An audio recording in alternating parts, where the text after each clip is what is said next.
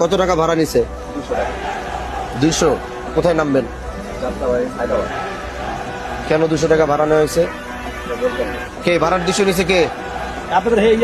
লোক কোথায়? ডাক দাও। 200 টাকা ভাড়া নিছে কে? এদিকে 200 টাকা কে বলছে আপনাদের? এখান থেকে পাঁচচর স্ট্যান্ড থেকে ঢাকা গুলিস্তান যাত্রাবাড়ি ভাড়া 200। কেটা কইছে আপনারা? কত ভাড়া? আমি তো জানি 200 টাকা। আপনার বাড়ি কোথায়? মাদারীপুর। এখানে চান্দা দেন কত? জনপ্রতি চান্দা দেন কত? 20 টাকা করে নাই? 20 টাকা। হ্যাঁ, তাহলে ভাড়া দাঁড়ায় গিয়ে হইলো 180 টাকা। 180, 20 টাকা এগো দেন। আপনি কি জানেন যে পাঁচচর থেকে এখান থেকে ভাড়া 150 টাকা ঢাকা? এই স্ট্যান্ড থেকে যাত্রাবাড়ি গুলিস্তান ভাড়া যে 150, এটা আপনি জানেন? আমি জানি। জানেন না?